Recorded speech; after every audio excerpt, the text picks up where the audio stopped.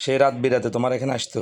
জি, একদিন ভাবিরাও অনেকবার দেখছে, দেখি তার মার কাছে বিচার দিয়েছে।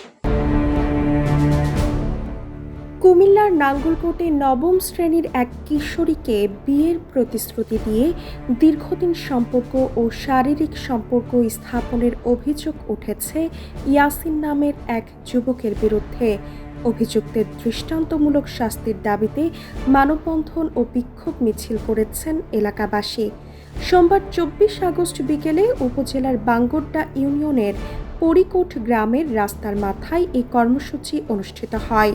স্থানীয়দের অভিযোগ, একই এলাকার পিতাহারা ওই নবম শ্রেণীর শিক্ষার্থীর সঙ্গে প্রায় 7 মাস ধরে ইয়াসিনের সম্পর্ক ছিল।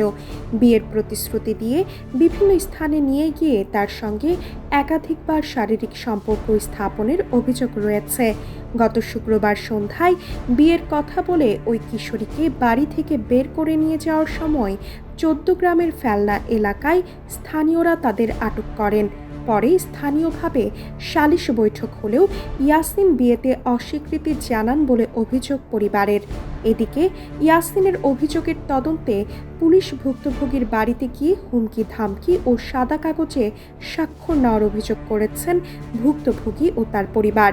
ভুক্তভোগী কিশোরী বলেন, সবসময় আমার সাথে দেখা করতো, আমার এখানে ওখানে নিয়ে যেত।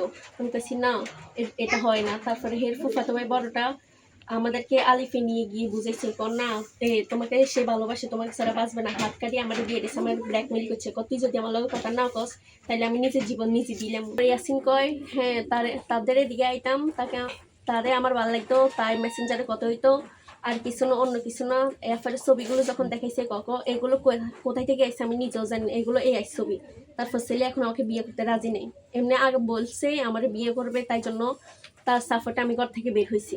এ সময় ভুক্তভোগীর জ্যাঠা বিল্লাল হোসেন, গ্রাম পঞ্চায়েতের পরিচালক আবুল খায়ের আবু, রিপন মোল্লা ও ফারুক মোল্লা সহ বক্তারা অভিযুক্তের দৃষ্টান্তমূলক শাস্তি দাবি করেন।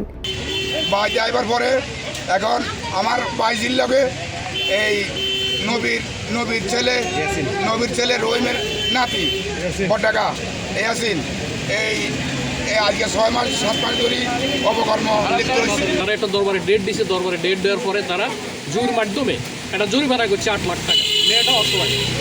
এরপরে তারা দরবারটা না মানি তারা থানাতে গেছে, থানাতে যাই এসআই নিয়ে আসছে।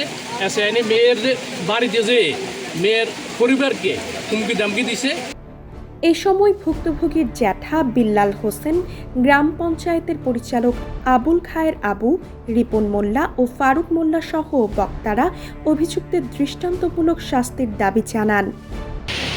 আমরা এটার বিপক্ষে বিশ্বাস থাকি। আপনারা মিডিয়ারা বা গ্রামবাসী বা সাংবাদিক ভাইয়েরা যদি কোনো সুস্থ একটা বিচার বা তদন্ত করে একটা বিচার করে দেন, মেয়েটারে ভালো একটা জায়গায় ভালো না দিতে পারো, অন্তত কর্মশীল একটা ছেলের কাছে বিয়ে দিতে। বিষয়টা তো খুব জটিল বিষয়। উনি আমার বলছে যে ভাই বিষয়টা তো আমি গেছি, আমি যাই ঘটছে বলছে এটা হয় না। আমি বলছি যদি কারো থেকে চিকিৎসা না নেন তারা বলে কীভাবে। বিষয়টা আপনি পরবর্তী আইনি পর্যায়ে আপনারা দেখেন, আপনার ওসি স্যারের বিষয়টা আপনি জানাই।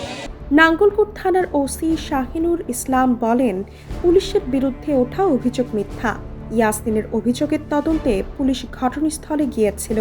ভুক্তভোগী লিখিত অভিযোগ করলে আইনগত ব্যবস্থা নেওয়া হবে।